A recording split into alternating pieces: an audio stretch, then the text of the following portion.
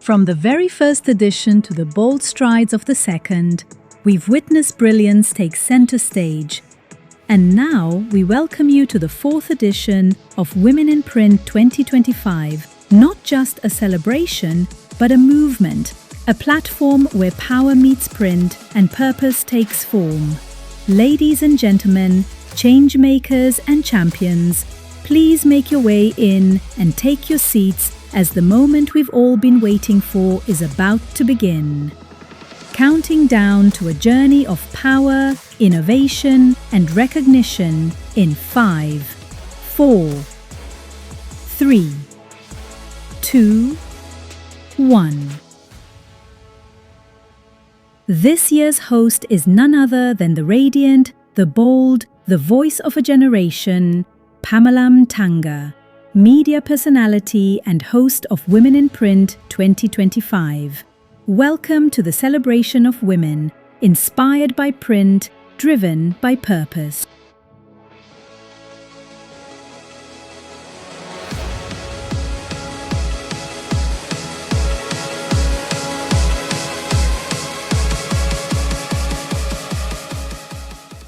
About the sacrifices that we continue to make in our lives on a daily basis, where we rob ourselves of our family time, we rob ourselves of our sleep, we rob ourselves of our leisure time. Think about the times that you have said, perhaps I can't go to the gym today because I have to finish this report.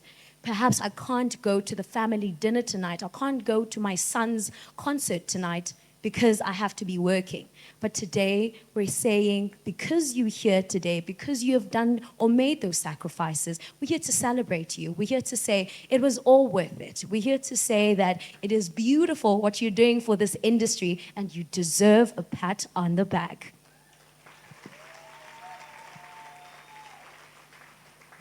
Now I want to get into the house rules, just some house rules, because we have really, really important people who are joining us on stage, and I believe you all are important people too. So we want to make sure that each and everyone who gets to get on the stage, they have their moment. So please ensure that your phones are on silent. And if you're leaving the room to use the bathroom, you can do so quietly. You may have seen it on the left. I saw a lot of ladies doing their makeup, doing the puff up in the morning. So I'm pretty sure you know where the bathroom is, but you go all the way down and go left. If you're struggling to locate it, please do make sure you you look for an usher. There's one over there, and they will show you where the bathroom is. And we will have a harvest table, so please do indulge without guilt. Apparently, the minister has told me, all calories taken in today do not count. No. I'm sitting right opposite her. Yes, this is a true story. She said, if you take in maybe 2,000 calories today, they do not count. No calories are counting today, so please do make sure you indulge. We also will be serving a little lunch a bit later on, but please do keep on snacking. Everything here is for you. Now, let's get into the proceedings of today. But before we do so, there are people who are keeping the lights on. Let's start with them. Let's acknowledge all our sponsors. The event partner and sponsor, FP&M Sita. Diamond sponsors, Kyocera. The platinum sponsor, Vespa. Gold sponsors, Fujifilm. Renform, yes. Oh, the team is very energetic. I love that. I think the other teams were not around. Only you were around. And then I'd like to celebrate as well Trident, Nova Sprint, New Tech Digital Inc., Unistar Links, and Harry's Printers. The silver sponsors, Novus Print. Entertainment sponsors, Avo Labels and Colloc. And gift... Oh, okay. I almost... Okay, I see, ladies, I see you. And then we'd like to acknowledge the gift sponsors, Redfin. Ladies, I love this. The stakes are up high. I think the last group I mentioned might just have to come on stage and scream a bit louder. And then I'd like to also mention the partners, Department of Women, Youth and Persons with Disabilities. Minister, that one is with you. You're supposed to scream. And then at the heart, rough. Help us choke. The Department of Sports, Arts and Culture, the Expo and Media Partners Africa Print, Sign Africa and Modern Marketing. And then lastly, the media partners, Impulse Radio and BPM. Impulse Radio is right over there. I think you are supposed to make the most noise as broadcasters. Please don't fail me today. But thank you so much for that warm welcome to each and every one of you who have contributed to the success of this event. This event wouldn't have been possible without you. Now let's get straight into the proceedings of this event to officially kick us off and do a little bit of a mini welcome, because there is an official welcome that is coming out from the minister. I'd like to welcome onto the stage the head of business development and marketing, a printing essay, Abisha Katerere.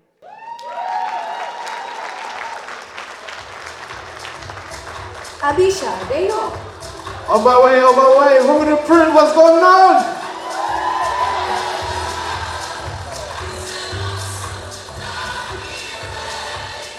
What back? 2025. Oh, yes. Tobain, we've done it again. Hey, they came in their numbers. They are breaking records. Ladies and gentlemen, thank you so much. It means the world to me. Women in Print is my baby, something that's quite dear to me. Having started out this concept in 2022, and it continues to grow year on year. So, but it wouldn't be possible without your support. So I love you all. And to Africa, we have arrived again. Quite special this year is we're doing bigger numbers all across the country.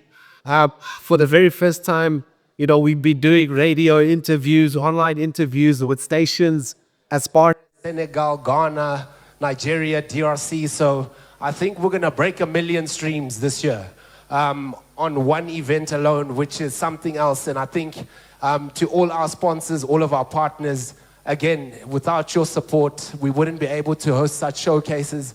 I think the team has done a stellar job this year. You'll see the setup is nothing like you've ever experienced in the past couple of years. And in our 5th year anniversary next year, let's go and fill up the dome. So we're trying something a little bit different with Women in Print this year. We figured we've had all of the hard conversations. We've addressed GBV. We've spoken about breaking through the glass ceiling. We've had insights from legends. Teresa Adenolfi, legend. Alina Fossi, legend. Haylet Berger, legend. So these ladies have also shared the stage and given us, some wisdom and some insights. So this year we want to do things a little bit differently. Heidi, I see you here also. Anya's in the building. The young women in print coming through. So it's great to see how this whole series has evolved and made some brilliant characters out of a lot of women. I think what we're going to be doing today is very different. You'll see the room is lined with a whole lot of brands. So we've tried to create an experience for you today. We want you guys to get out there, experience, mingle. We've got Telcom on board. We've got perfume bars. We've got nail and makeup bars. We've got wine tasting. We've got Virgin Active getting fit outside. So there is a lot for you guys to experience this morning. And we want you to Obviously, nourish yourselves throughout the day. I don't know about 2,000 calories, but do your best. And I think we're going to bring you back inside a little bit later because we still are going to have a conversation with the ladies. Miss Cindy Norkett is with us once again. Cindy, thank you for being part of the Printing SA family. And lastly, I want to mention that we didn't want Women in Print to just be a series of events that took place during the month of August, Women's Month. We wanted Women in Print to actually have a life of its own. We foresee that what we've started is something that is groundbreaking and is going to be changing lives. I mean, the fact we're streaming into Africa is second to none. And we are launching the Print Her Mentorship Program this year, where we aim to take, that deserves a round of applause. The Print Her Mentorship Program is going to take 30 young ladies through a mentorship journey. It's fully funded and supported by the FPNM CETA, where we'll be pairing you up with mentors, so some of the ladies in the room, and we want you guys to experience something like you've never experienced before. We really want to start seeing some talent emerging from this pool that sits in front of me today. So we are signing up. I've got two of my colleagues from Colorblind Consulting that are running the program as service providers for Printing SA. That will be Floyd and Colleen. Where are you? Hands somewhere? Oh, right in the back corner there. So Floyd and Colleen are here. If you would like to sign up for the mentorship program, either as a mentee or mentor, you're welcome to do that. This is next level stuff that we're doing, ladies and gentlemen, because we think Women in Print is going to be something that the continent will look back on, and we will be able to appreciate that, we did something meaningful and worthwhile for the sector. So that's it from me. Thank you all once again for showing your support and love to Printing SA and this initiative. And I hope that what we have in store for you today is going to be something truly special. We love you all. Have a good afternoon. And we'll see you during the course of the day.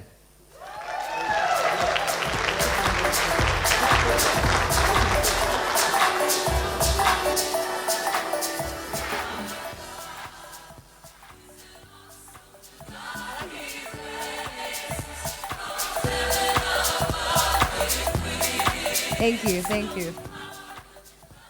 You're laughing at me like, where did they find this child? You look like you have that look. Where did they find this child? I love it. Thank you so much, Abisha. Now we're going to get into our first address of the day. I love the energy, Abisha. We're definitely going to try our best to keep it up. Now, before I welcome the Minister of Women, Youth and Persons with Disabilities, I'd like to take a moment to note that between the department and, of course, Women in Print, the Printing SA rather, what has been happening in the past couple of months, 6 or 7 months in the first half of the year, what they have been able to achieve is absolutely tremendous. More than 300 learners have been exposed to printing industry jobs within the last 6 months. So more than 300 learners. We have to give that a round of applause. That is exactly what happens when two great organizations come together. Thank you to the department and, of course, the minister for making sure that they continue to champion this. So it is my greatest honor to welcome Miss Cindy Siwe Lydia Chikunga, the Minister of Women, Youth and Persons with Disabilities, onto the stage.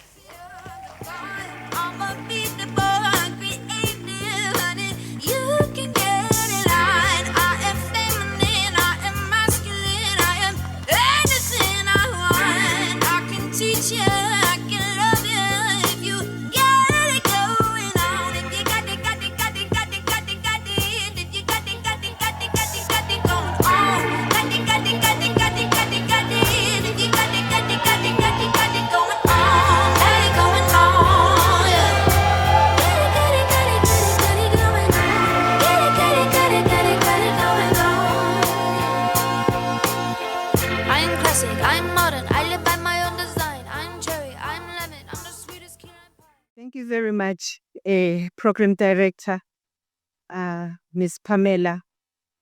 It is our month We are happy as women and happy to be together. Let me acknowledge the MD of Printing SA, Mr. Naker.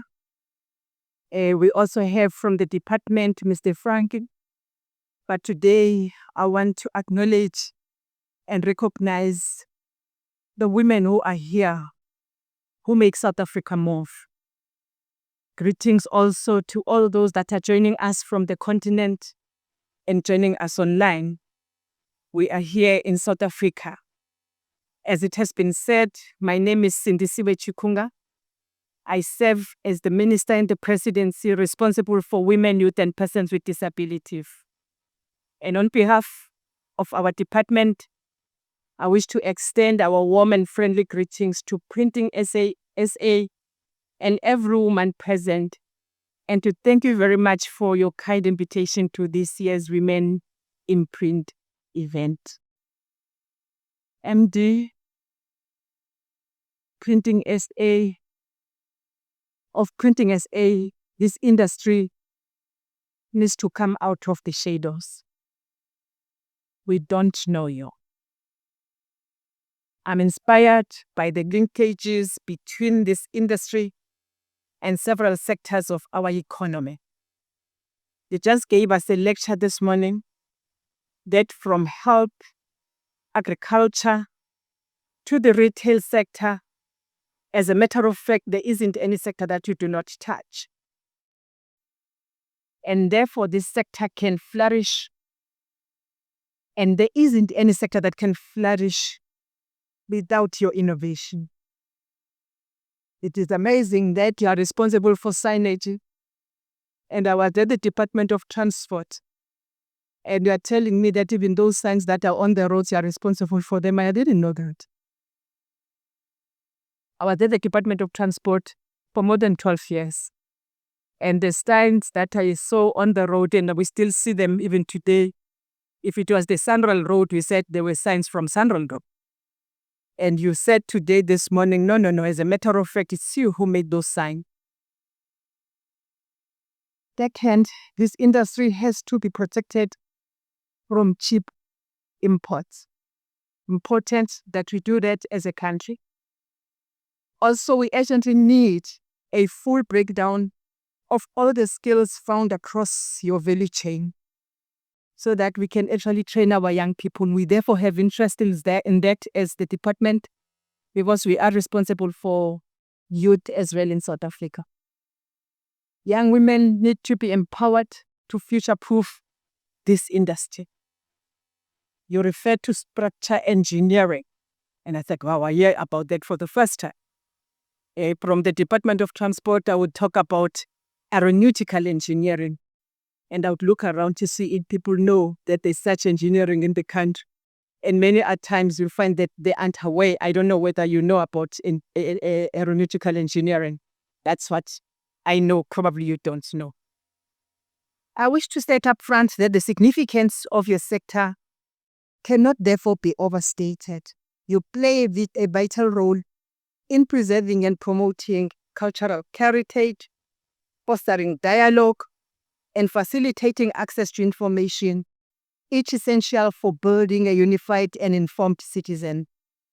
Through books, magazines, and newspapers, you document and disseminate cultural narratives, traditions, and historical accounts, contributing to a shared understanding of our national unity and identity. You help popularize national symbols such as the flag, as well as our national anthem, fostering patriotism and social cohesion. And I just want to emphasize the fact about patriotism, because some of the problems that we have here in South Africa today, they are as a result of people not loving their country. We would not be having a problem of 65 undocumented immigrants coming to South Africa through our own border posts if we loved our country. We wouldn't have such problems. Paying us an amount of 50 rand or whatever amount would not have that problem. And therefore, you have that responsibility of fostering patriotism through the work that you are doing. You also serve as a key platform for communicating government policies, social issues, and cultural events, empowering citizens to participate actively in the national discourse. So the textbooks, educational material, and supplementary resources you produce are central to our education system and play a crucial role in developing human capital and advancing nation building.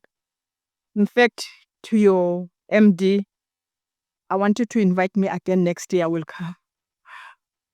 I will be better informed because after this, I'm going to work very close with the SOPs. In fact, tomorrow I will be addressing, together with the President, the Women's Day. And your MD must give me something that I must put in my speech.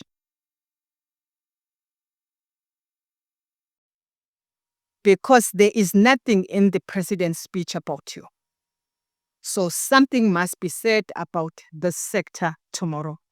Because it is important that you are known.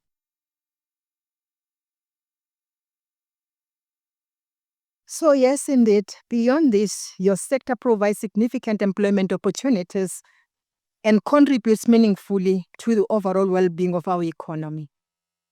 When produced responsibly, print media builds public trust by providing accurate and reliable information critical to social cohesion. In this day and age, we also play a vital role in combating misinformation and promoting media literacy, helping to shape a more informed and engaged society. And misinformation is a problem in South Africa. And, when I was at transport, they actually showed me saying to people, if you want to be safe on the road, you must drive with your eyes closed for road safety. And it looked so real, so correct and empathetic. But when I just looked at the dress, it was a picture they took when we were marching. I think it was in August, and public service was not marching. But I said that in Limpopo when I was addressing people. And it looks so correct, but that is the misinformation that is there, and you have a responsibility also to correct that. I'm especially pleased to join you this morning, just a week after we officially launched Women's Month 2025. And the theme for this Women's Month is building resilient economies for all. And I think it is important that you too in this sector look at this very theme and say, what does it mean for us in this sector? Within and beyond our borders, Women's Month remains a vital season to reflect on and assess the progress that women have made in advancing gender equality and dismantling patriarchal structures of domination and subordination. Women's Month in South Africa also stands out as one of the most powerful illustrations of how our heritage resistance has evolved into sustained advocacy for systemic change.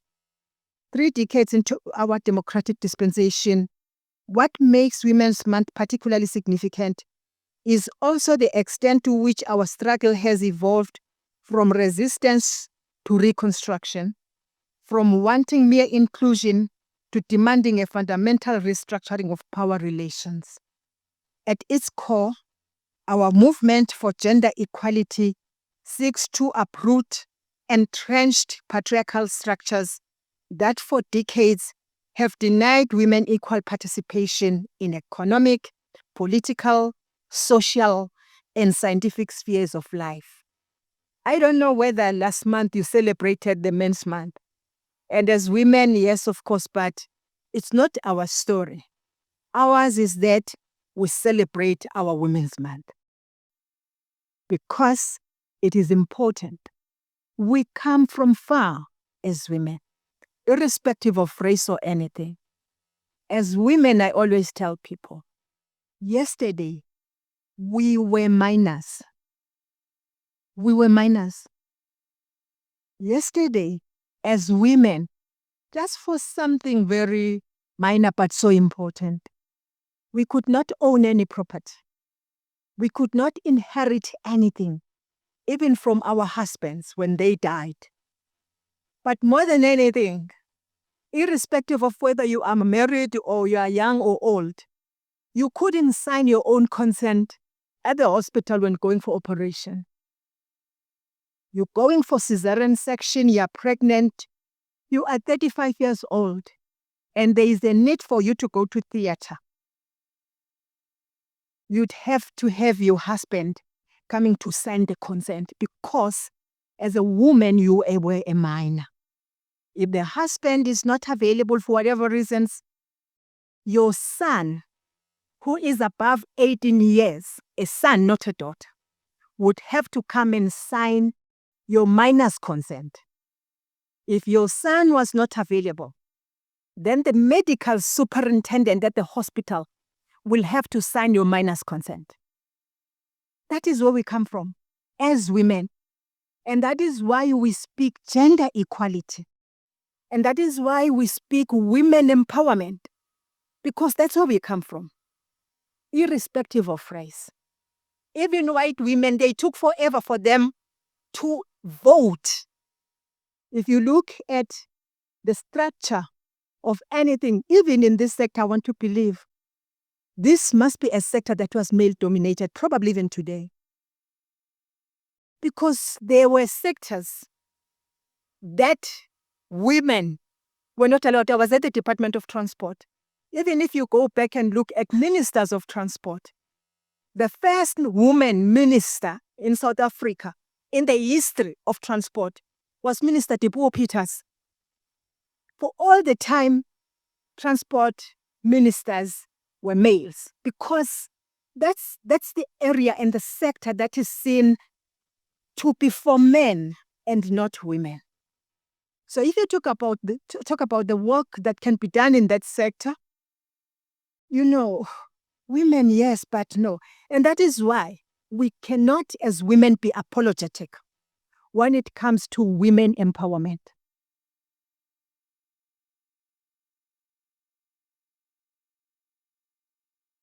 And it is something that it is the struggle that we have to engage in until we are equal, until there are no wage gaps, until when appointed in a particular position, you get the same salary with your male counterpart. That is important, and it's something that we must achieve in our lifetime.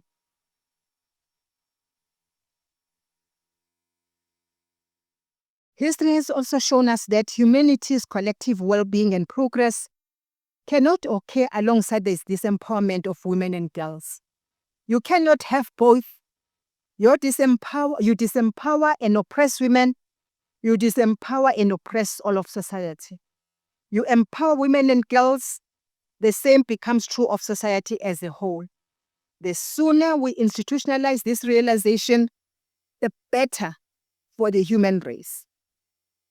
Program Director, at this stage, it is also important for us to remind society that women empowerment is fundamentally about empowering society as a whole, and that no country has successfully advanced whilst remaining indifferent or even paying lip service to the ongoing structural and physical violence against women and their right to self-actualization.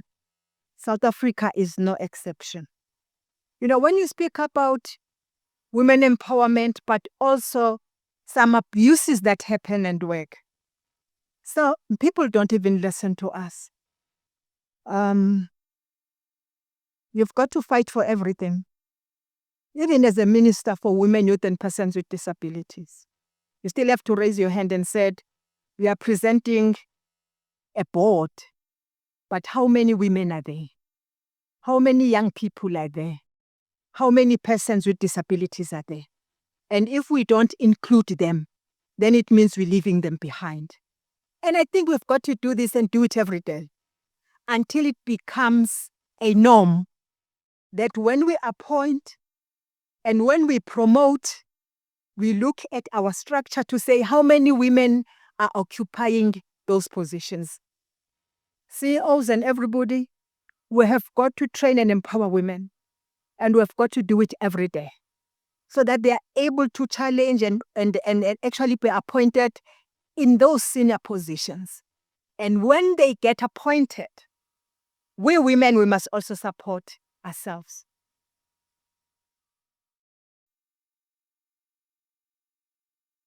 I count on you that you will support me as a woman minister. I count on you. In the understanding that you understand better the challenges I might face as a woman. In the understanding that I understand your challenges in your positions, and therefore I must support you. Sometimes our counterparts will say, but this is between women. We've appointed them in positions, and the best that they can do is just the syndrome called pull her down. And believe you me, that is an outdated syndrome. We are no longer doing it. We are supporting one another. So if you are not, please support your subordinates who are women, but also the subordinates must support their seniors. It doesn't mean that when you do wrong, they're going to close their eyes. We are at work and we're expected to come to work. I'm just talking about minor things, but very important, to come to work on time. If you go to a hospital and you are treated by a doctor whose dress code is like, you will want another doctor with a proper dress code. So remember those minor things, but that are important. They come to work, people come to visit you, they find people who they cannot separate from a woman or a man who is working out there. The dress code is important. Coming to work on time is important. Doing your work happily and not being pushed is important. You know, President Ramaphosa is not here. So it's possible for me to have arrived late, but I arrived early, I arrived on time. I was punctual. It might be something we don't take seriously, but it is serious. Because when you arrive on time, then you start your work on time and you do the work. The little that you can do is a day's work for a day's pay. And I'm calling upon us so that we make differences as women where we are working. Too many times words like women empowerment have been uttered in vain, and sometimes as an afterthought. This will have to change with immediate effect. President Oliver Tambo said in 1981, he said, no nation can boast of being free until its women are free. If women are not free, and I don't want to speak about gender-based violence and femicide, because in sectors such as this, we don't speak about that because of positions that we hold. Believe you me, it doesn't matter whether I'm happy at home or not happy. I can't stand here and say my husband is abusing me because I have to protect my position but also protect his position. But if you go deeper into what gender-based violence is about, it's about emotional abuse. Some of men, they don't beat us. They don't sexually abuse us, but they emotionally abuse us. When we get promoted in positions, they say congratulations without a smile. And then they think of what they're going to do after that because they feel threatened by our promotions. They want to see us being down there so that they believe that if you get the proposition of being a CEO as a woman and he's not a CEO, it means that and immediately they become threatened. We're calling upon our counterparts to say, no, it's what we deserve that we get at work.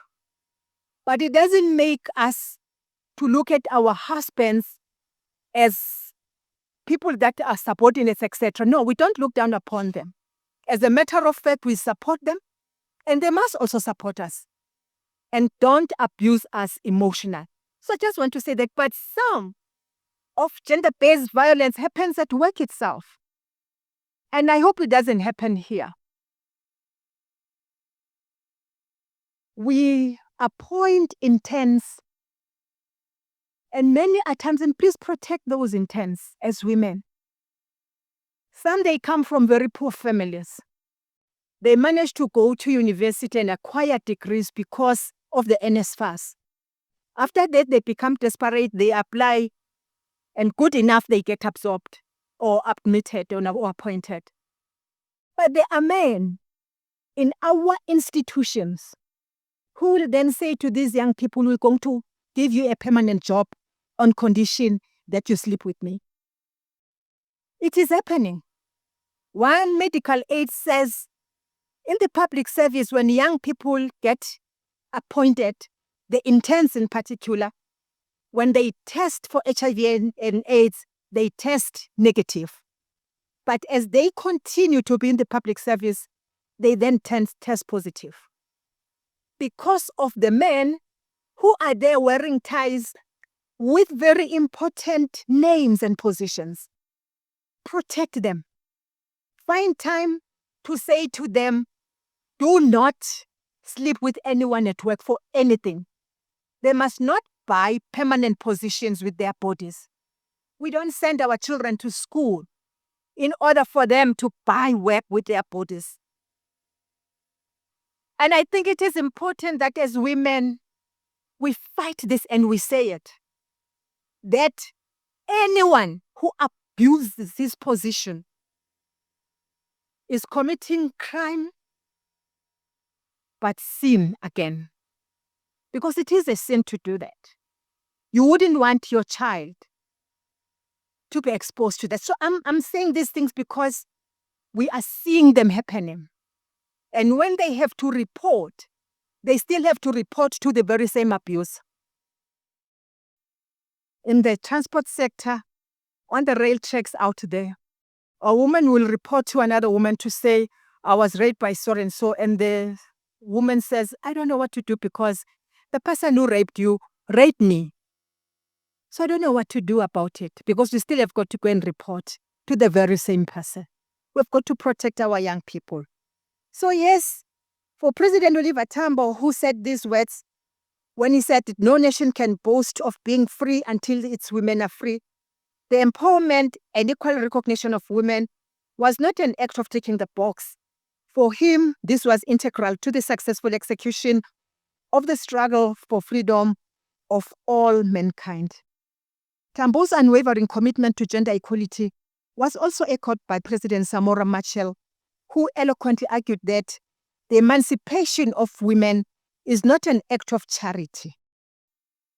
It is the result of humanitarian or compassionate attitude. And from these words, it is clear that our founding mothers and fathers were clear.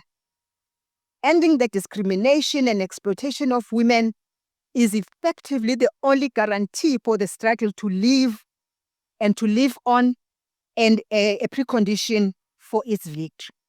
So, Program Director, allow me to congratulate women in print for the strides you have made in transforming what has historically been a male-dominated print sector. I want to reaffirm that your effort in developing and transforming this industry has our department's full commitment and unwavering support. So we're supporting you.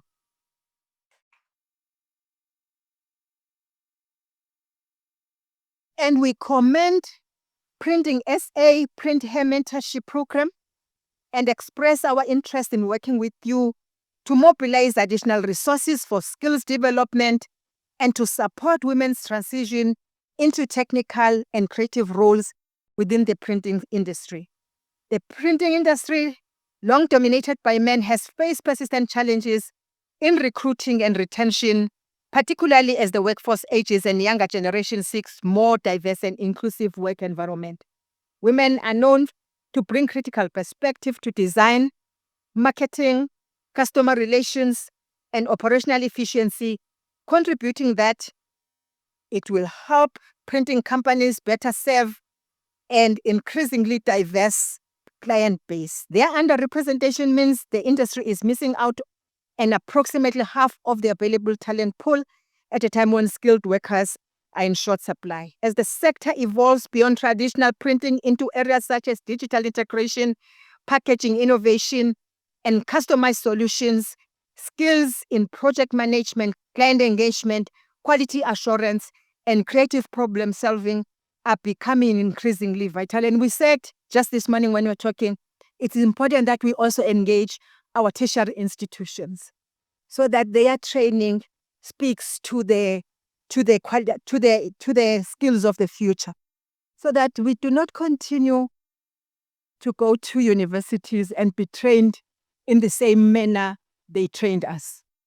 They trained me. It's important. Research consistently demonstrates that diverse and gender inclusive team make better decisions and are more innovative. These are essential qualities for an industry that must continuously adapt to technological advances and shifting market demands. Your work in encouraging more women to pursue careers in printing also bring broader economic and social benefits.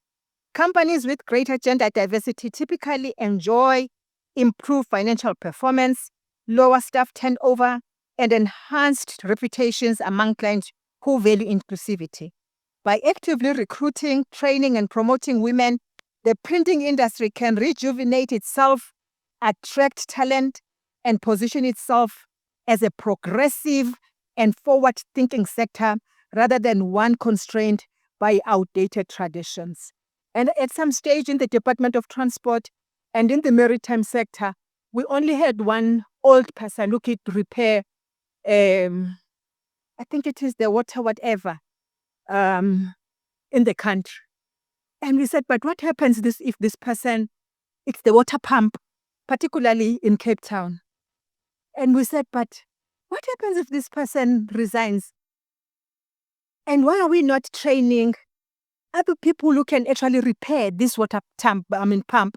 And the water pump, it's not like the one that you have at home. It's a big thing, like it would actually fit into this house. But one person only. And I think it is important that we identify such skills so that we train them. So we train young people who must actually take over from those that are retiring. I've seen this in quite a number of sectors, such as this one. Just this morning when we were being briefed by your MD, in fact, I have my advisor here. He's a doctor, a PhD somebody, and he says for 16 years I have been studying, but I'm learning things that I've never heard of just this morning. So you can imagine he's still young. But what about me? You can imagine. So these are the things that are important that we know about. It is indeed true that the print industry is inextricably linked to the creative sector, a sector that not only generates thousands of jobs, but also speaks to the very soul of our nation. I just want to say something about that. When we speak about creative sector, I'm reminded of women such as Mama Miriam Makeba, who demonstrated the immense power of this sector. Through her voice, she mobilized global support of anti-apartheid and anti-colonial liberation movements across the African continent. Her boundless potential carried her from the music stage to the halls of the United Nations, where her message of justice and freedom resonated with the world. Her image alone showed future generations that there are many ways to resist and confront oppression. In retaliation, her songs were continuously banned by the apartheid regime. A song is powerful when it is banned by an entire tyrannical system. This is the kind of story that must be found in our school books if we are to move beyond mere lip service to the legacy of Makeba. Then we must begin building writing clubs in our villages and townships, spaces where young people can express themselves through books and other forms of writings. As the civil rights movement so powerfully reminded us, every single thing that touches our lives Every idea and every institution must be turned into an instrument of liberation or be thrown into the ash can of history. The creative industry is indeed one of those instruments of liberation. Program Director, I now wish to draw your attention to the fact that significant and irrecoverable parts of our history and liberation heritage remains largely silenced, undocumented, and absent from our nation's imagination. I call upon everyone who is here to start writing about ourselves. Our veterans' life stories remain largely absent from the curriculum at all levels of education and public discourse. Subsequently, our nation is losing its liberation, cultural and intellectual heritage faster than it can be preserved. Asakhulume ngenganekwane. Stories that desperately need to be told remain untold, tragically, as many of them continue to pass away. Our veterans are heading to their final resting places along with valuable lessons yet to be learned by those of us left behind. Their songs, photos, diaries, stories, both tragic and victorious, their thoughts, hopes, dreams, and aspirations need to be communicated through books for children, youth, and adults, documentaries, short films, and portraits. In an era where our children are constantly and often opportunistically told to forget about the past and be forward-looking, I say nothing has been more detrimental to the well-being of African than accepting the proposed disregard for our history and culture. I was in Germany at some stage and were taken around by very young people. In Germany, an 8-year-old relates about the First World War and what it did to Germany as if he or she was there.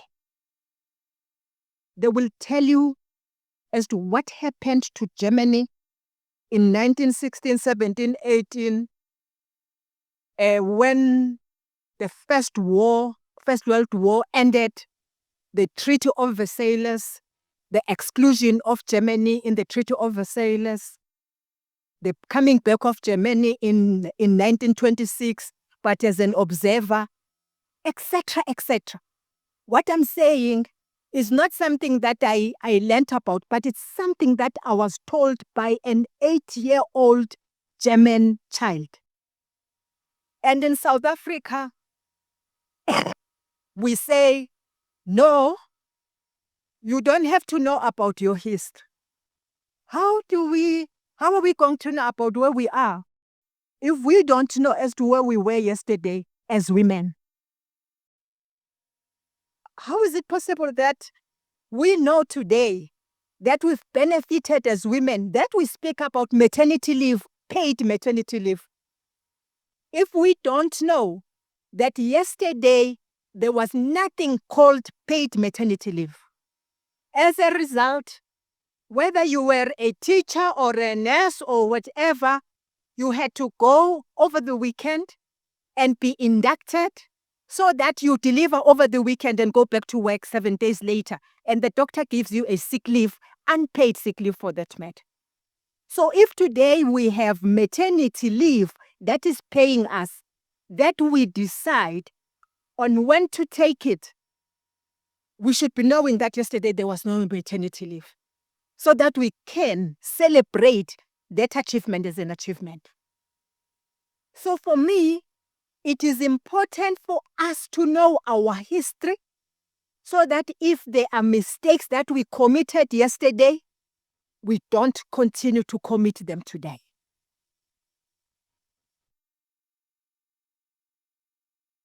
So we do need the print industry, because when someone erases the memory of who we were when we were free, that is before colonialism, and how we fought for our freedom, he or she makes it impossible for our children to imagine what genuine freedom is supposed to look, feel, or even taste like. In her own words, Mama Keba was more forthright about this urgent need for us to write and tell our own story when she said, "The conqueror writes history. They came, they conquered, and they wrote. You don't expect the people who came to invade us to tell the truth about us. They will always write negative things about us, and they have to do that because they have to justify their invasion in all the countries. Because of what we now know about ourselves. And that is why in South Africa today, we have King Shaka International Airport. But yesterday, we actually were taught that King Shaka was this murderer who killed people. But today, we say with pride, sethi uTekula abafazi bakaNomgabhi, beTekula behlezi emlanjeni, bethi uShaka akayi kubusa akayi kubantu. Sisho with pride, because we now know something different, because we are writing our own history. And that is important. So write about yourself so that even at your funeral, we are not told something wrong about you. We are told the truth about you, because this is how we will know the truth about ourselves.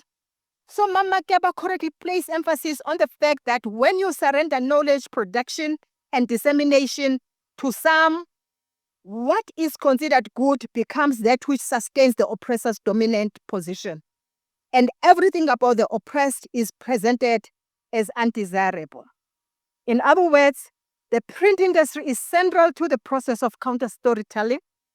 The sector should continue to assist us to push back against the erasure and sometimes watering down of our heritage and way of life. So continue to document our past.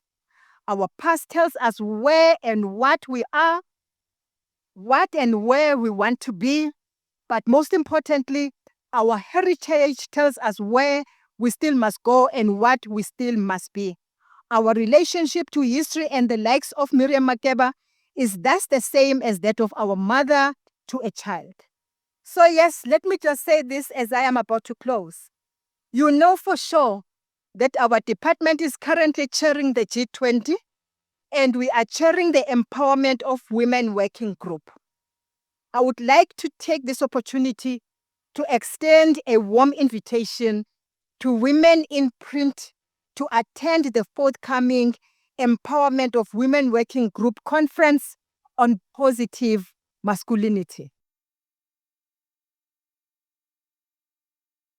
Just through this working group, we have elevated 3 priorities that I believe are of deep relevance to all women. The first one is the care economy for paid and unpaid work. And in South Africa, we've not been talking about care economy. But let me say this. Behind the president who takes important decisions for the country and is citizen number 1, there is somebody in the house who is cleaning the house, who is ironing his suit, who is doing everything. And that somebody is usually a woman and will never be mentioned anywhere. And we are saying it's time that we recognize those women. The possibility is that the one who is doing the work at the president's house is paid. So it is the care work, but the paid one. But there is that girl child who dropped out of school because the mother is ill or the brother is ill, and she has to take care of that mother, and she is not paid. And we're not recognizing the role of that girl child. Dropping out of school, taking care of the sick mother, who, if that sick mother was at a hospital, for instance, we would be paying thousands and thousands of rents towards the care of that mother. But that girl child is doing it unpaid, and that work she is doing is not recognized. We are saying as the department, she too has a right to be recognized for the work that she is doing. And that is why we have said the care economy should be recognized.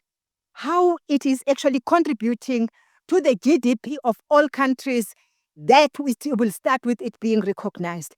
The second priority that we've included for this working group is financial inclusion. And we are saying women must have access to finances. If I go to a bank and they say they want a collateral, they want to know whether I own any property. I don't. It is in the name of my husband. So that immediately excludes me. So we are saying to them, it's time that we have tailor-made requirements for women so that those that want to be in business can also access resources, can also access markets, can also be mentored, can also be supported.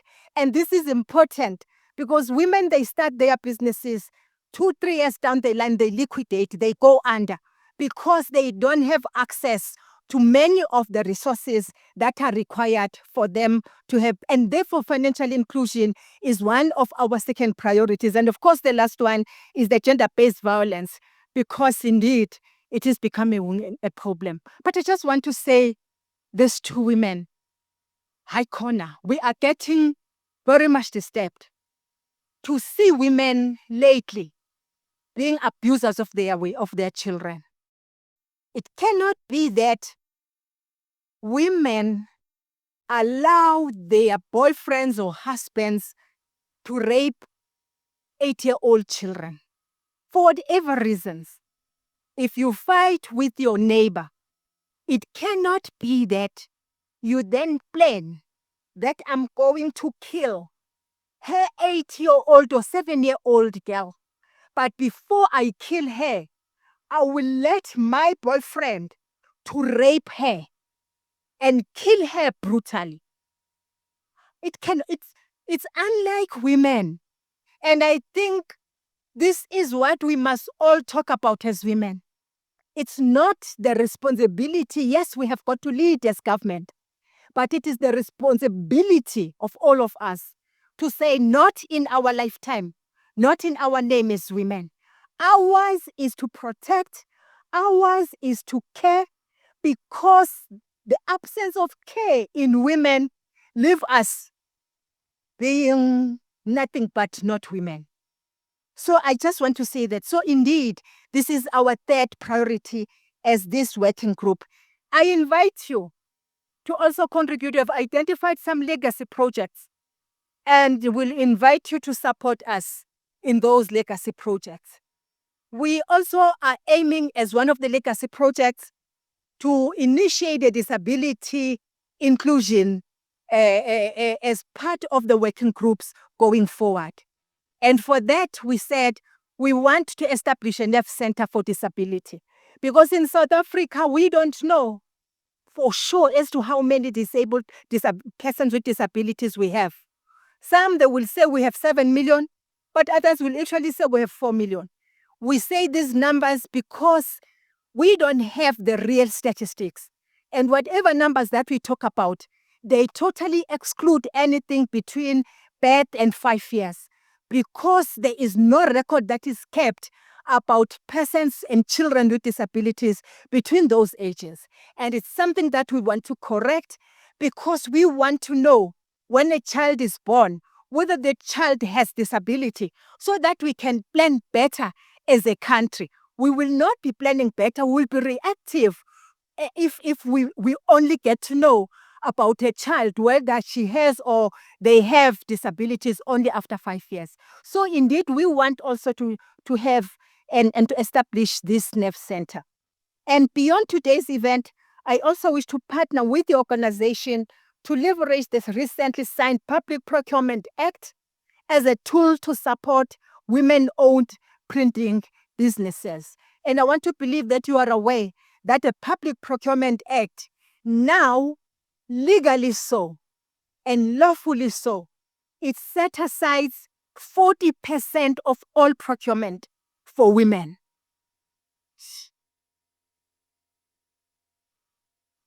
And we'd want you to look at the whole value chain. So it's not just the 40% of the end product of what should happen, but the whole value chain. So indeed, these are some of the things that we have done for women. But believe you me, As I conclude, I wish to return to the women who are working tirelessly to transform this industry. And I want to say to you, we see you. Tell us how you wish us to support you and to support your efforts. We will be more than willing to do that. We stand firmly and unequivocally behind your transformative journey. Once again, I thank you very much for your kind invitation, and I very much look forward to your engagement.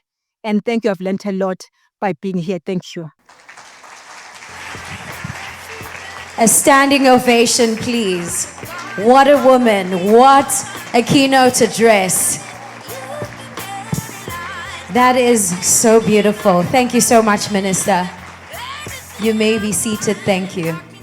I think as I sat there, I asked myself, when last did you hear such a heartfelt, in touch, in tune, very much understanding speech from a woman from South Africa who really gets what's happening, what issues that we face, from the young people, from the people who are differently abled, to the people in South Africa who call themselves a women, the struggles, the daily struggles, everything that you have to go through, this woman has mentioned so beautifully. And the one thing I will say, because tomorrow is Women's Day, I think she mentioned so many pearls of wisdom. I was trying to figure out which one I'm going to say. Wasn't that speech so beautiful? Now we're going to get into another moment or presentation, rather, for our event proceedings this morning. I'd like to welcome on stage women from Change One Women. But before we do, I'd like to tell you a bit more about what they do. Now, these women are remarkable. They started this organization. Chania and team have started this organization, and they are passionate about making sure that women are building networks and partnerships, and of course, unlocking opportunities for women in the signage and printing industries. I'd like to welcome onto the stage Chania Yap and of course Megan McCarthy. Ladies, you can make your way to the stage. I want to make sure that I read this comment as you settle onto the stage. As a woman and a mother of a child that is disabled, the support of the minister gives us hope that our children will have a future. That is absolutely beautiful. Thank you to the chat. Please continue joining the conversation. We see you in Ghana, we see you in Gabon, we see you in Nigeria, and we want you to be a part of the conversation. Now that the lovely ladies are on stage, I'd like to welcome them one more time and give them a round of applause.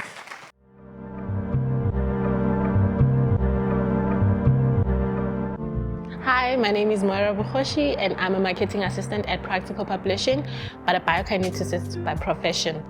Please follow us on LinkedIn. The QR code is on the table in front of you. Change One Woman is a women-led initiative designed to uplift and empower women in the branding, print, and signage industry. We believe meaningful change starts with one conversation.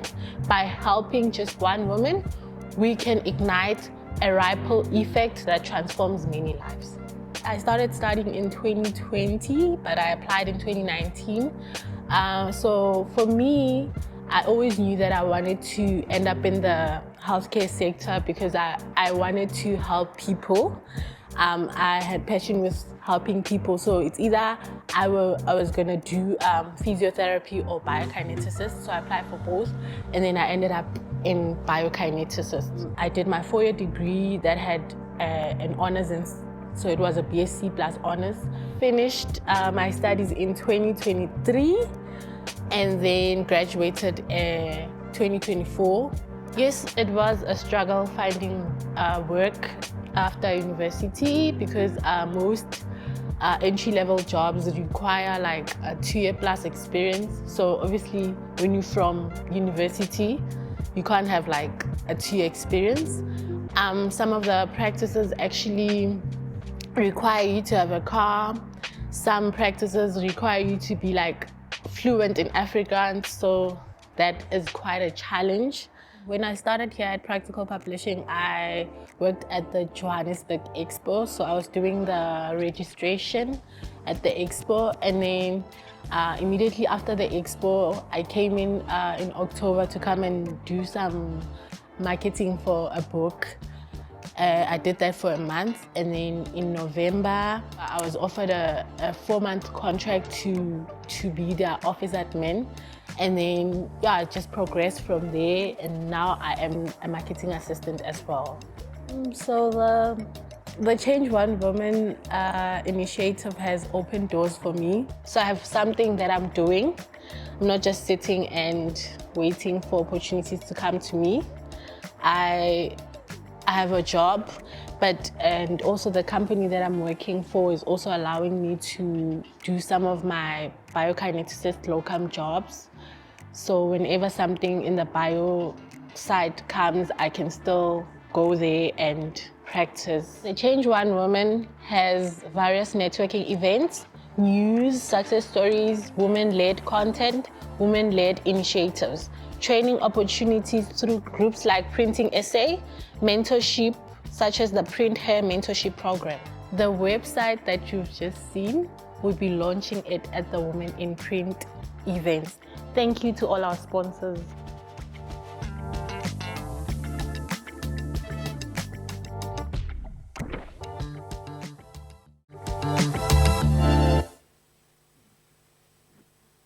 Okay, hi there. Can I use this mic, hopefully?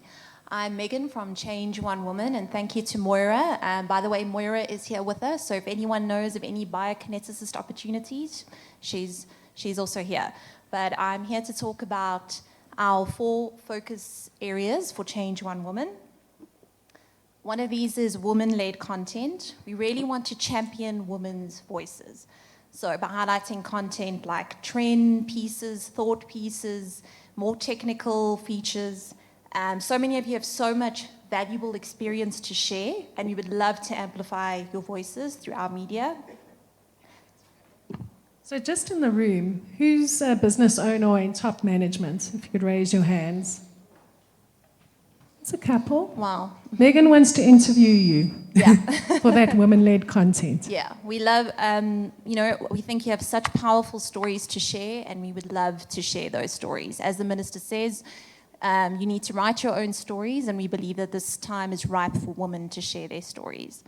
And especially in Women's Month, on our LinkedIn page, we've asked the industry a couple of questions. So if you're interested in contributing to that, please follow our LinkedIn page and answer the questions. And the idea is to compile women's-led pieces for Women's Month. So that's one focus area. The next focus area is training opportunities. Training is a key part of creating lasting change in the industry.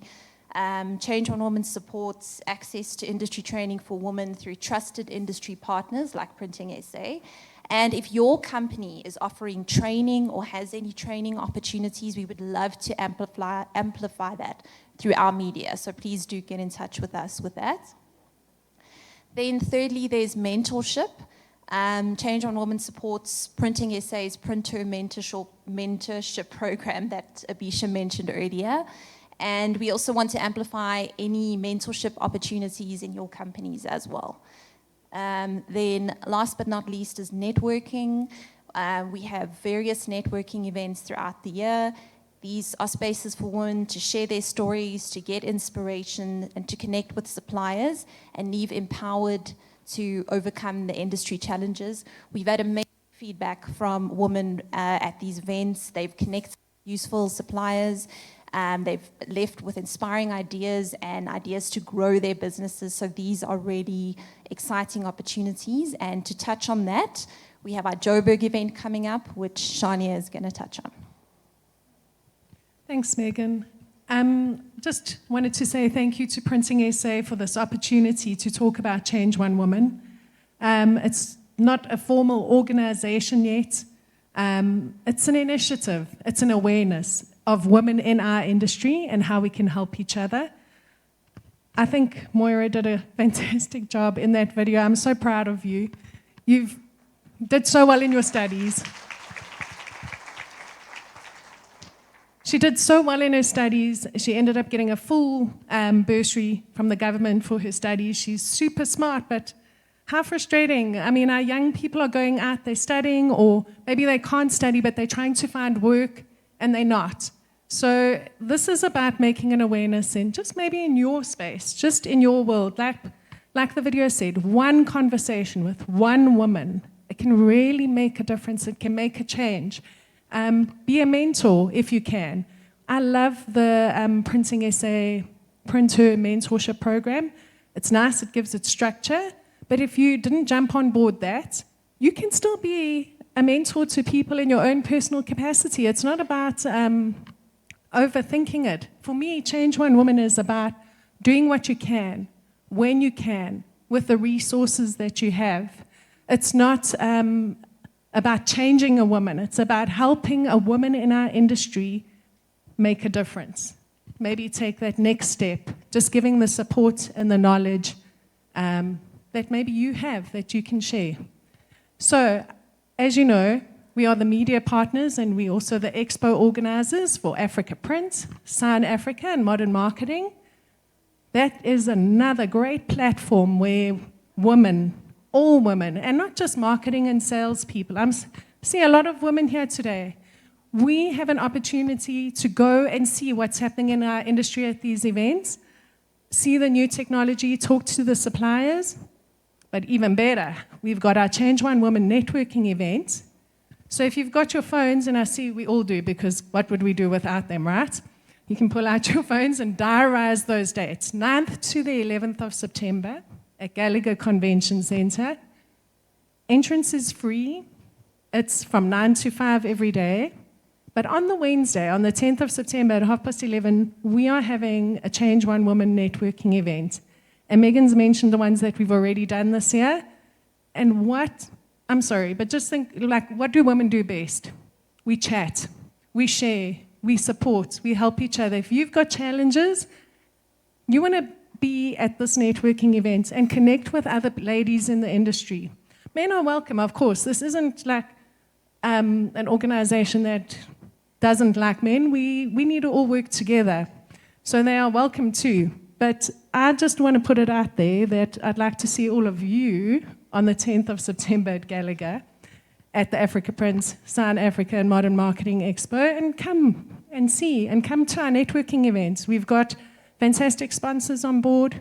Thank you to the FPNM CETA, Printing SA, Avery Dennison, DTF Printing Africa, GSW, and the expos. We've got giveaways for the first 150 ladies that RSVP. We've got badges. I'm so proud of them. Hold on. There, like you saw in the video too, you can come get your Change One Woman badge at the event. And yeah, we'd love to meet you again in person, because I think face-to-face connection is really important. Online's great. It backs all of that up. The information is online. But where we really make a difference is when we meet and we chat and we support each other. So in your goodie bags, there is this flyer. You don't have to get it now, but there's a QR code on that page where you can join our LinkedIn group. We do have a Facebook page, but I'm just encouraging you on LinkedIn, change and the number 1, woman in the singular. If you find that on LinkedIn, join the group, because it's a good platform for business, networking. If you don't have a LinkedIn account already, really look at it. We would really also like to encourage you to visit our new website. Like you saw in the video, I'm so excited about that. It kind of solidifies the work that we've done this year. The information's now in one place. We can add to it, build on it. You can, like Megan said, you can see what networking events are coming up, what training opportunities there are.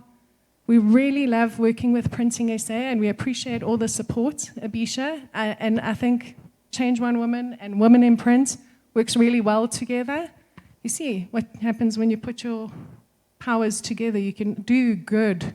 You can make magic.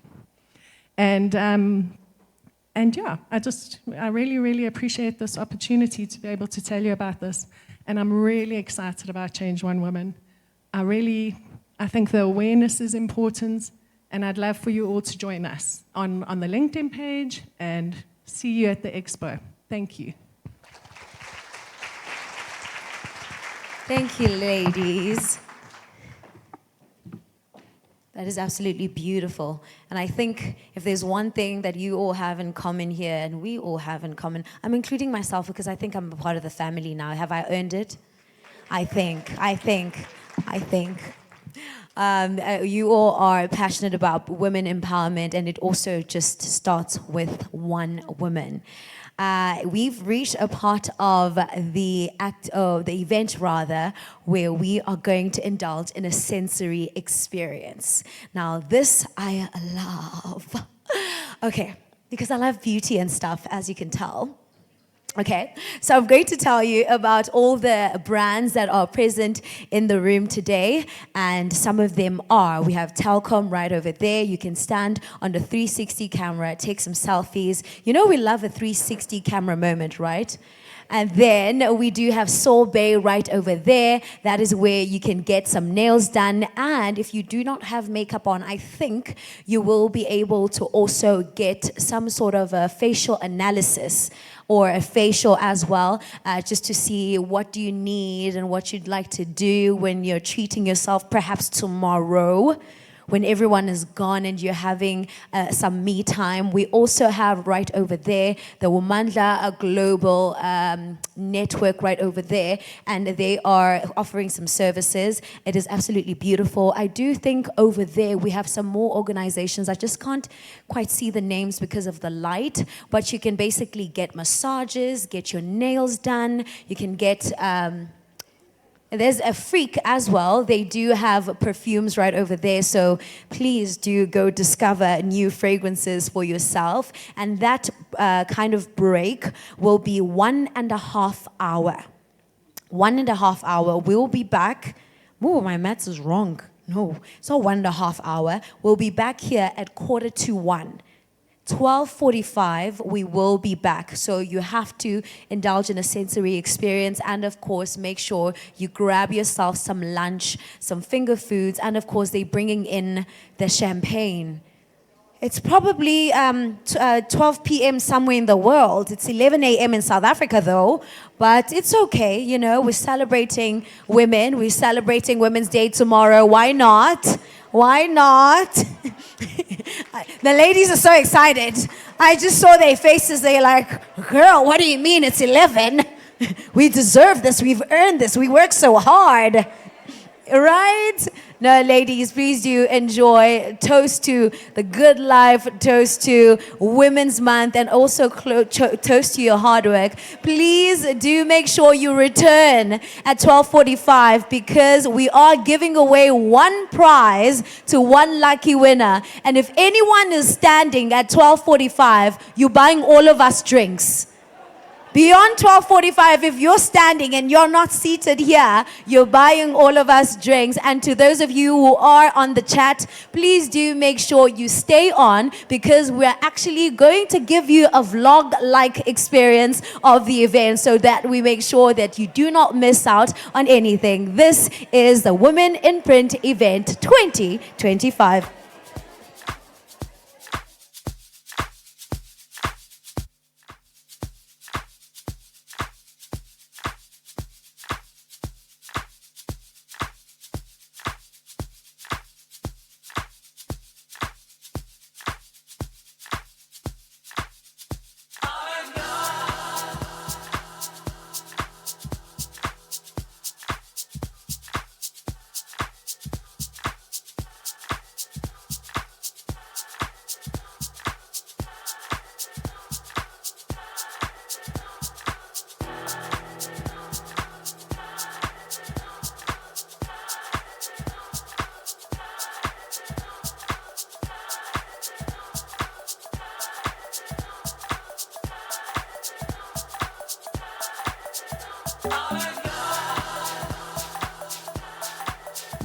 It's such an honor to be here today and to be sitting to none other than the Minister of Women, Youth and Persons with Disabilities, none other than Minister Sindisiwe Chikunga.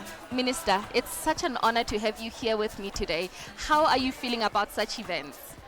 No, thank you for having us. Yes. I am overwhelmed. I am excited. I've learned some few things this morning. And that is why in my speech I said this is the sector that must come out of the shadows. Absolutely. So that it is known that Yes. it exists, so that we can market it. It Yes. does marketing itself, but I think somebody must also be marketing it so that everyone, whether in South Africa but in the continent as well, Yes. knows about this very sector, which is important, responsible for printing, for signages, Yes. for communication, for packaging, Yes. reaching out to quite a number of sectors at the same time. Absolutely. I loved your speech, and you highlighted a lot about women empowerment and youth as well, and how women can walk boldly into positions that they work hard for without doing what they're not supposed to be doing. I would like for you to just highlight a little bit of what you said on there, because that's something that I think a lot of young people, not only in South Africa, and because we are broadcasted in 54 countries, how can a woman walk proudly and work confidently and understand that your work on its own is enough? You don't need to be doing things that you shouldn't be doing. It's very important. As women, we also are entitled Yes. and have a right to some positions. Yes. For as long as we qualify for them in terms of skills that we have, in terms of the work, growth, Yes. promotions, etc., so that we are not only promoted or put in positions because we are women, but we are put in positions because we qualify to be in Yes. those positions. So it's important. And when we take up those jobs, you do your work not like you want to do your work like a man. Yes. You do your work as expected of you to do the work. Yes. And what I actually was saying to us women is that one other thing that we bring to work is that caring, touch Yes. of a woman. Yes. And that is why, as a woman, I will actually be very concerned about an intern Yes. who joins me just for 2 years, but leaves having been a sexual object for somebody. And therefore, we take it upon ourselves, I Yes. take it upon myself to meet those young people as they join, so that I tell them about the do's and the don'ts. Wow. And everything else that Wow. remember this might happen to you. Please don't allow it to happen. If anyone was to push you, this is my number. You can Yes. actually send a message to me so that we protect you. So these are the things that women bring to work because we are women. Yes. But one other thing is that we're also entitled to everything Yes. that happens at work. We're entitled to it. Yes. It will not be that maybe sectors such as transport, such as these ones Yes. that were male dominated, they must continue to be male dominated. That's correct. We are entitled to be trained, to be supported, to be mentored, Yes. so that we are ready to take up positions. Amazing. I actually liked what you said, Minister, and this is something that like I said earlier, it's something that needs to be stamped, to be repeated, so that women understand that you are enough, and the work that you do is enough to carry you to the next level in your career. And also understanding that as a woman, you bringing the niceness, the Feminine. yes, the feminine touch in every sector that you are in. Is there something that you would like to share with our platform with regards to what your core mandate is for women? And it's such a great thing that this happens today on Women's Day. What is your core mandate with regards to women empowerment and how we can support women holistically in their different fields? In the department, our main mandate is to advocate for women. Amazing. Is to coordinate the work that is done, because quite a number of sectors will be doing something about women. We are here today, Yes. it's women. Yes. We'll be going elsewhere tomorrow, it's women. Yes. The whole of this month. but this work can end up being happening somewhere. So we have a responsibility to put it together, to coordinate it. Absolutely. We have a responsibility to mainstream, to influence Wow. wherever we go. Wow. So that if we think that there is nothing happening that talks to women empowerment there, Yes. we're able to say, no, it has This to is what happen. we We're have to- mainstreaming. Yes. We have a responsibility to monitor Yes. that it is happening, that women are getting empowered. Yes. And that is why we collect data, we write reports, and we send reports to people. Yes. We have a responsibility to also evaluate the quality of the work that Yes. gets given to women, for instance, so that we are not happy with the numbers only, but we are also looking at the quality of those numbers. Yes. What we have achieved, for instance, in the public service is that every department now will want to add something, a sentence that says women, youth, and persons with disabilities. We say that is okay. What a But time. what is that which is talking to women? What is the Yes. impact? Yes. Let's look at it to say, yes, that is the name. But what is in it that you're going to do for women? Wow. Because it's possible that we'll be happy to have a number of women at entrance level. Yes. And up there or middle management level, you find that there are no women and up there. So we're Yes. looking at everything through our evaluation.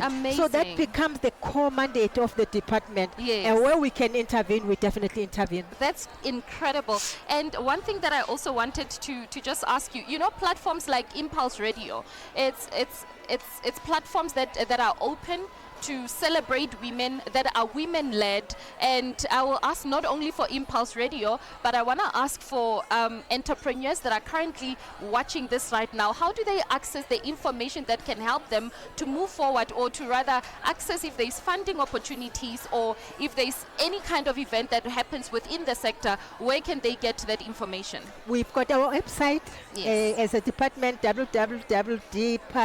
Department of Women, Youth, and Persons with Disabilities. Yes. You can get information. Yes. But it all depends also on the type of information that you want. Yes. If, say, for instance, you want information about youth, for instance, you can come to us, but you can also go to the National Youth Development Agency, Oh, NYDA. yes, You'll yes, also that's get correct. information in the grants that they give to young people, whether Yes. they are women, whether they are women, young women, or Yes. women with disabilities. You will get that information from them. But of course, if you go to any government department, Yes. they will be able to provide you with any information that you Okay. require. So yes, indeed, it's important. We're responsible for dealing with issues such as gender-based violence and femicide, and that is why wherever we go, we speak about it, because it is Yes. still a scourge, not only in South Africa, in many parts of the world. And that is why whether you go to Geneva or you go to whatever other country, you'll have to talk about this, because it's a scourge. Absolutely. And we only get to know about it, particularly for high-profile people, when a person is dead. That's true. But otherwise, you find that it's something that is not spoken about, because Absolutely. we're protecting your position, Yes, and that's we're true. protecting your husband's position. Yes. And therefore, it becomes something that happens within the closed doors, within families. Yes. But we're saying to people, don't stay in that abusive relationship until you are killed. Yes. Look at it, see how you can intervene, whether families intervene. But if you think that it's not working, it's better to leave That's true. than to While you remain still in an can. abusive. When you still have your life, Yes. then to remain in that abusive relationship, Wow. and we lose your life. That is amazing. Minister, you have touched on women empowerment. You have touched on GBV. I just want to touch on a subject that is now, I think, I'm appreciative of what is happening now, that people that are disabled are also given opportunities to work, to also have their own businesses. How can they also know and get this confirmation that they are also taken as us? You know, they are also supported in everything that they do. Can they also apply on the same websites that you mentioned, or what other ways that they can come out? Because you know, there is this thing of they are hidden. The children with disabilities, they are hidden. For myself, I own a soccer team, and I have boys that are on wheelchairs, but I allow them to be see on the field. And it's such amazing how they turn into more passionate, and they now are able to speak to other people. What is the department able to do for people with disabilities, or what is the core mandate for them specifically? In fact, what I have learned in this department is that disability is created by the environment. Ooh. If the environment makes it possible for them to be able, Yes. then they are able. But if we create an environment that makes them disabled, Yes. then they will be disabled. Yes. So if we create an environment, for instance, that does not accommodate a wheelchair, then of course they will be disabled. Absolutely. But if they're able to use their wheelchairs to Yes. go to wherever, Yes. then the environment is able. Wow. And that is why we actually say, even for their education, Yes. they must be able to go to a school that accommodates everybody, Yes. and make the environment able. They must be able That's to true. board a taxi, because the environment is made able for Able them to for board a them. taxi, to board a bus, an aircraft, etc., etc. Absolutely. So it's the environment that needs to be created, and that is why we talk about universal access for everybody, Yes. including a person with disability. Wow. They must be able to access education. Yes. They must be able to go to university and study. Yes. And if you look at what we have in South Africa and in many other parts of the world, in South Africa we might have special schools Yes. for persons with disabilities, but you Yes. don't have a special university.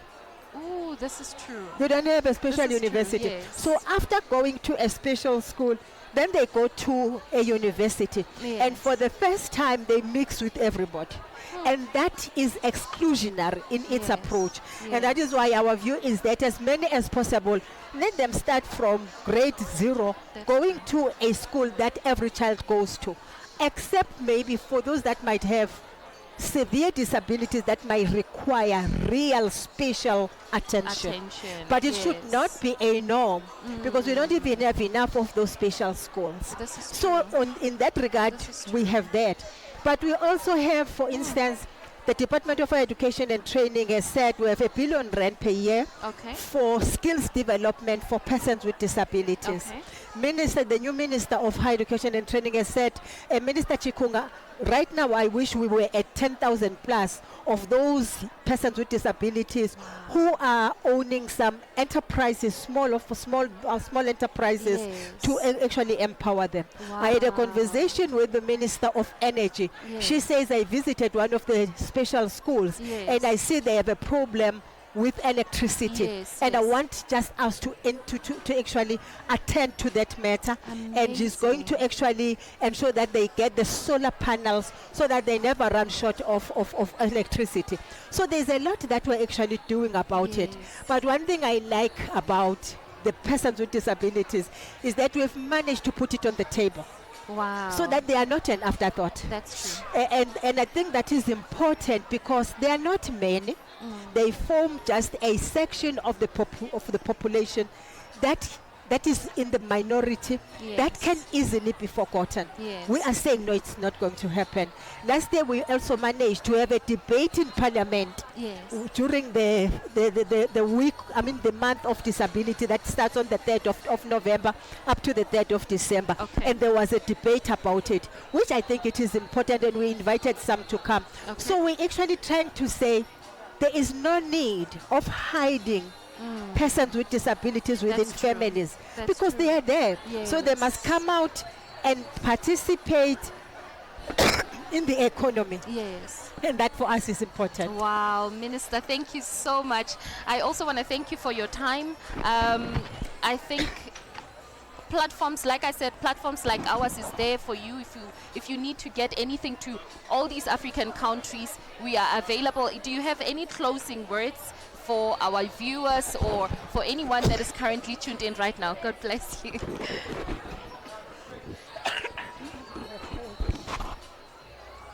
Ours is to say the struggle for women empowerment continues. And we will do that until we achieve equality. Yes. And women working together Yes. in different countries but in continents in the world will achieve more. Absolutely. Thank you so much. We are so honored to have you here, Minister. Thank you. Thank you. Thank you very much. There's a flame that burns just for you and only you. We also have Native Child over here. Their products are displayed here. Personally, I use the Native Child. I love their castor oil. There is an interview happening over here, but can I speak to you ladies? What is Native Child doing here today? Hi everybody, Native Child is here to educate, share some knowledge about natural hair, and also we're selling, guys, and our prices are really, really nice, so you guys must come over here, okay?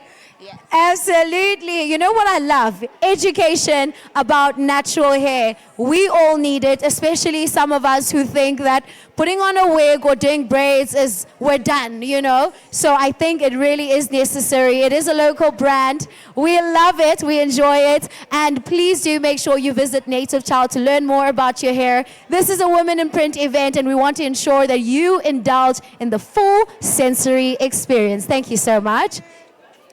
I'm going to move around. I think I'm done with this side. Are there people outside this way? Okay, I'm going outside.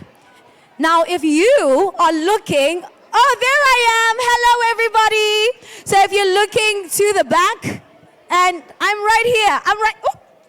Okay, I'm safe. I'm by the door towards the back. There are more brands on this side of town, so please do make sure that you make your way this way. I'm going to tell you exactly what is in here, so please follow me. Let's go. Uh-oh. Oh, we have ladies here. Oh, there we go. Food, glorious food. There we go. We have some food, glorious food. I love pastries. It's almost like I want to dance. What is happening here? What are you going to teach me? Okay. I'm just going to add a dance to it. Okay. Okay. Ooh. Okay. I like it here. Okay.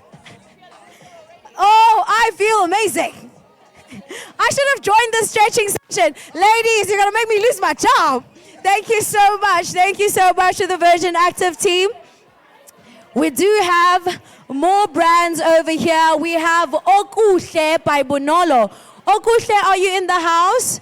Where's Okuhle? Oh, Okuhle by Bonolo. There we go. Yes. These look so luxurious. Ladies, you would be doing yourself a disservice if you do not leave with one of these.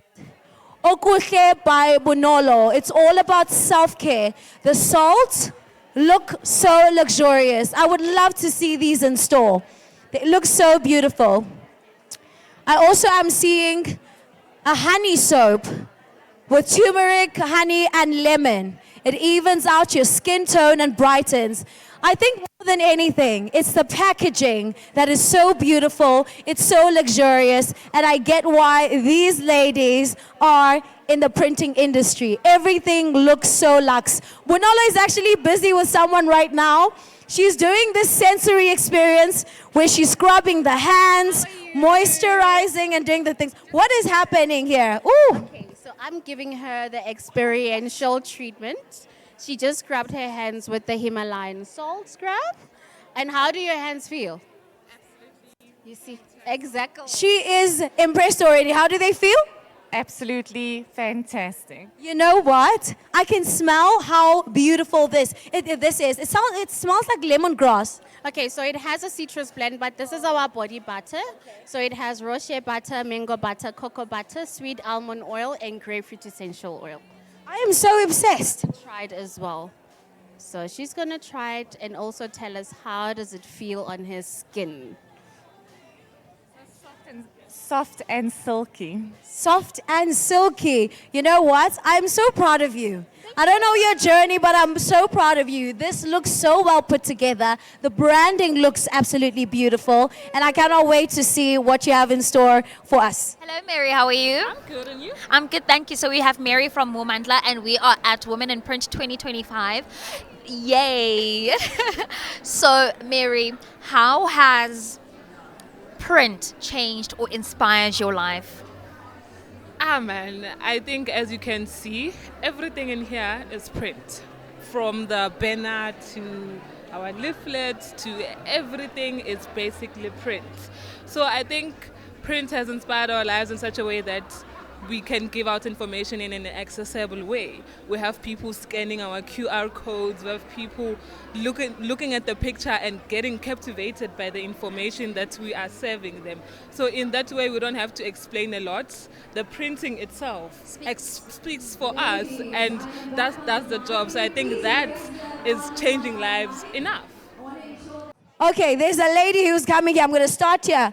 Sorbet. I actually thought we were doing nails, but no, you said we're going to give the ladies a full blowout, full makeovers, because that's what we deserve. Plus, we have a skin analysis. Now, let me tell you, ladies, if you did not know, this is such an expensive consultation. I've done it myself, so this consultation at any other aesthetic clinic is really expensive. So for Sorbet to be doing it right here for free is such a privilege. So please do make sure you visit Sorbet over here. I see the ladies getting their hair done. I'm not going to speak to the Sorbet people. I want to hear from the ladies. Ladies, are you having a good time? Are you having a good time? It's an amazing time. Oh, don't you just love it when your hair's being done? And you just relax, you sit back and let them do the work. And look at the lighting. Because I could swear I saw J-Lo or something here. I think I saw J-Lo or Sandra Bullock. What is up for them? You're too old for them. No. You look younger, darling. You look stunning. Your hair looks beautiful and you're not even done yet. Not. I'm definitely not. You look so beautiful. I'm going to keep walking around. Sorbet ladies, tell me, what's the skin analysis? Are you going to teleport these women out of this place? What are you doing?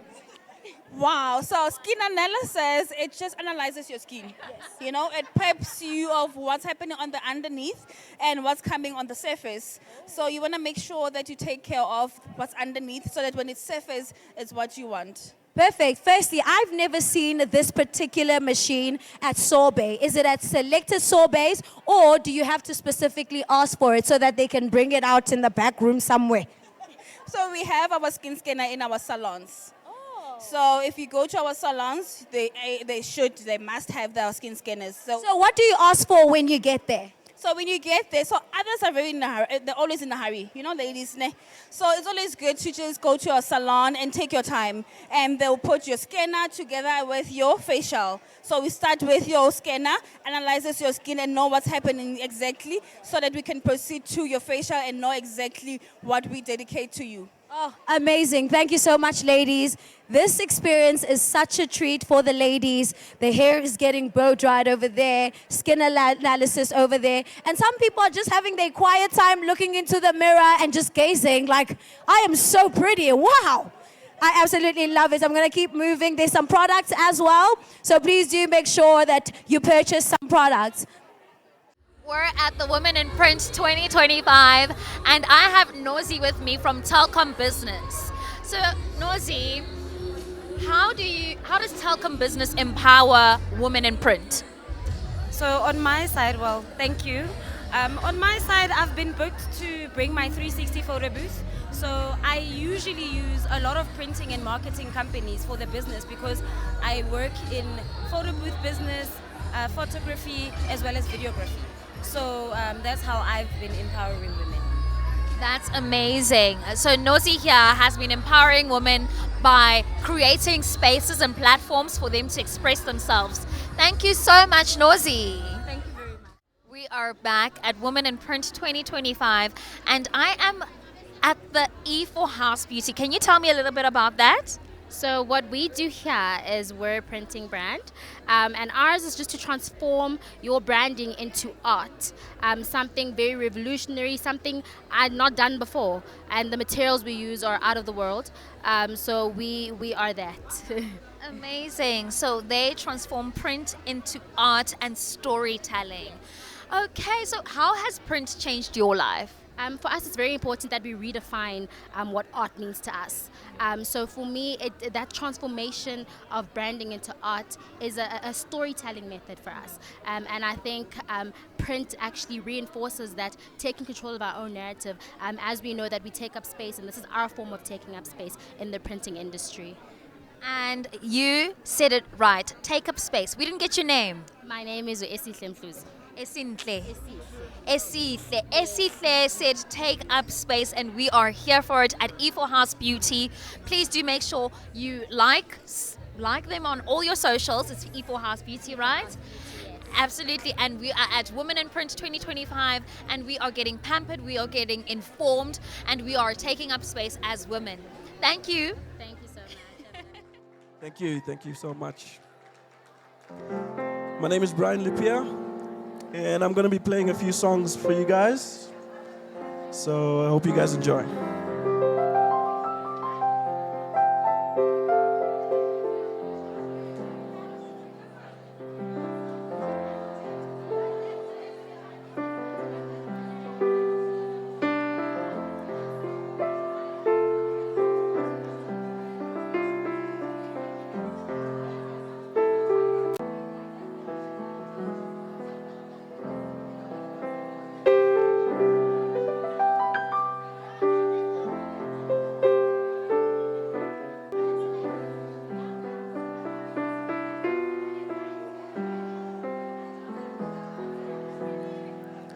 Let's go to the park.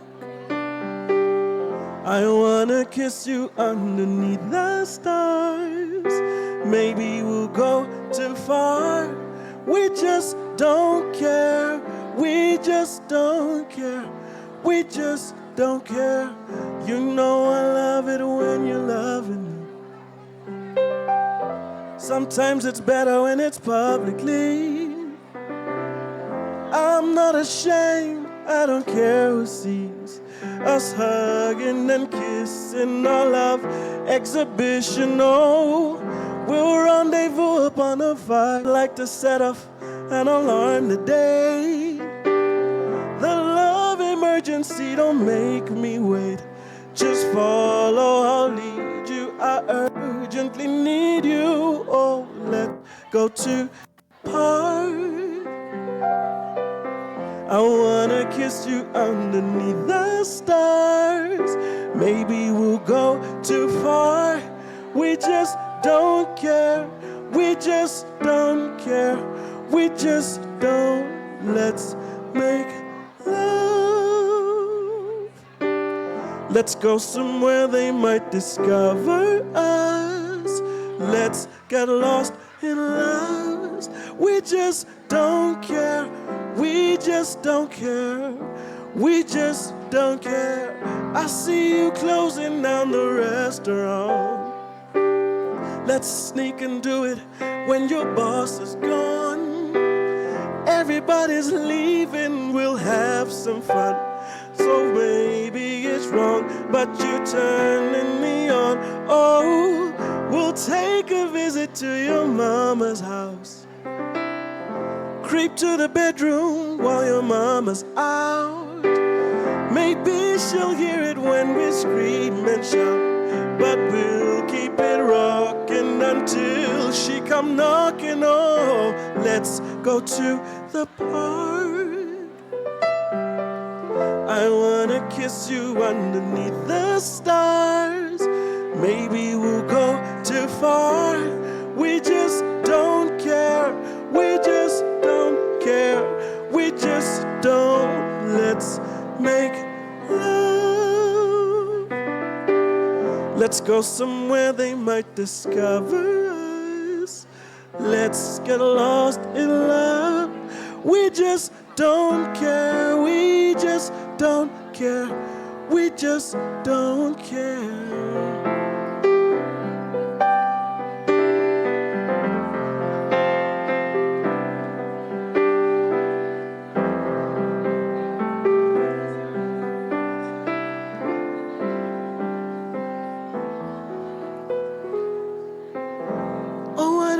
About propriety. just break the rules, ignore society. Or maybe our neighbors like to spy, it's true. So what if they watch while we do what we do? Oh, let's go to the park. I wanna kiss you underneath the stars. Maybe we'll go too far. We just don't care. We just don't care. We just don't. Let's make love. Let's go somewhere they might discover us. Let's get lost in lust. We just don't care. We just don't care. We just don't care.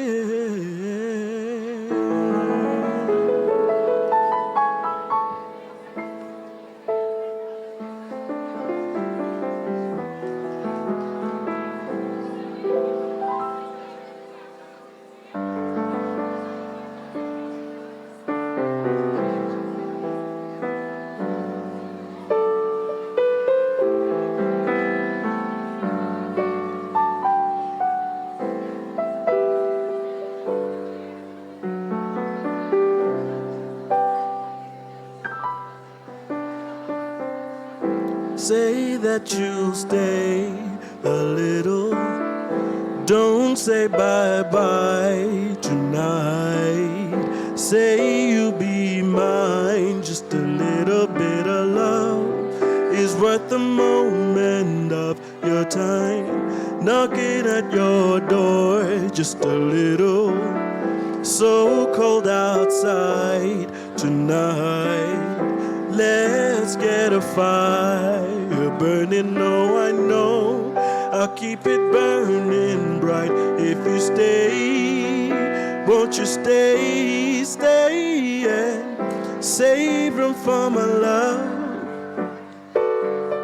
Save room for a moment to be with me. Save room for my love. Save a little for me.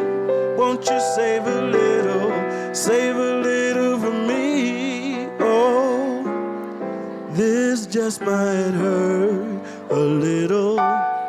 Love hurts sometimes when you do it right. Don't be afraid of a little bit of pain. Pleasure is on the other side. Let down your guard just a little. I'll keep you safe in his arms of mine. Hold on to me, pretty lady, you will see. I can be all you need if you stay. Won't you stay, stay? Save room for my love. Save room for a moment to be with me. Save room for my love. Save a little for me. Won't you save a little for me? Oh, take time to live a little. Don't let this moment slip by tonight. You'll never know what you miss until you try. I'll keep you satisfied if you stay. Won't you stay, yeah. Save room for my love. Save room for a moment to be with me. Save room for my love. Save a little for me. Won't you save a little for me? Oh, save room for my love. Save room for a moment to be with me. Save room for my love. Save a little for me. Won't you save a little for me?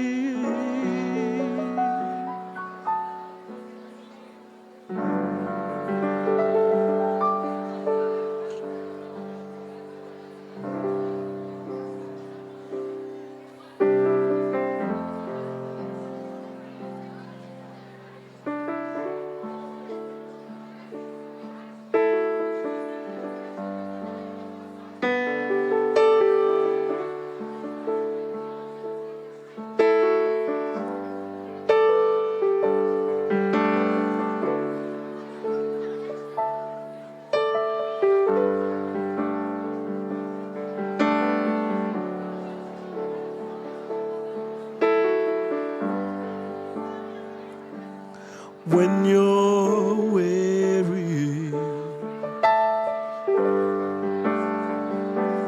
feeling small, when tears are in your eyes, I will dry them all.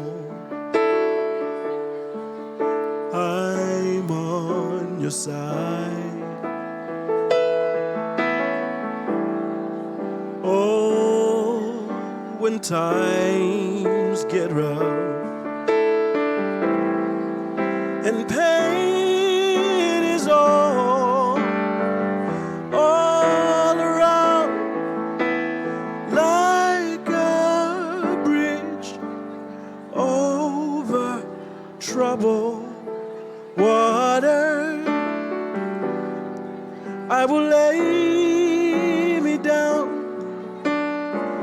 like a bridge over troubled water. I will lay me down.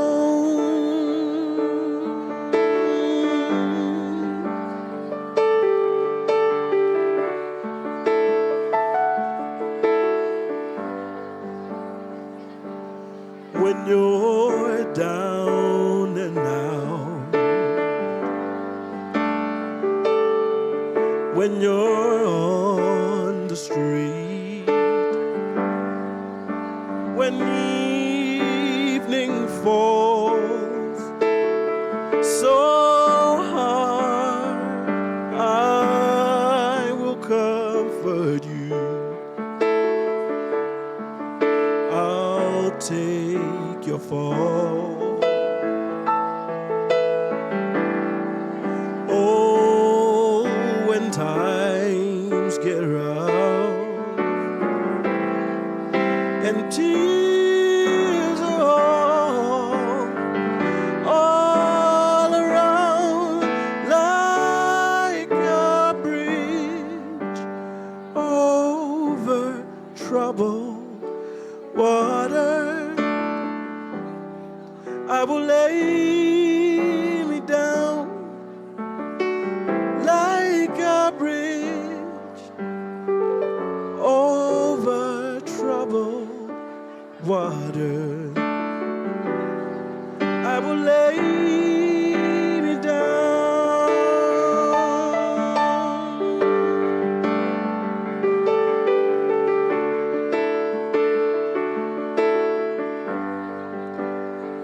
I'll take the fall.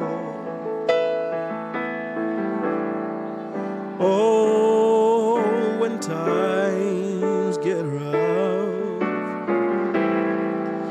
and pain is all around, like a bridge over troubled water, I will lay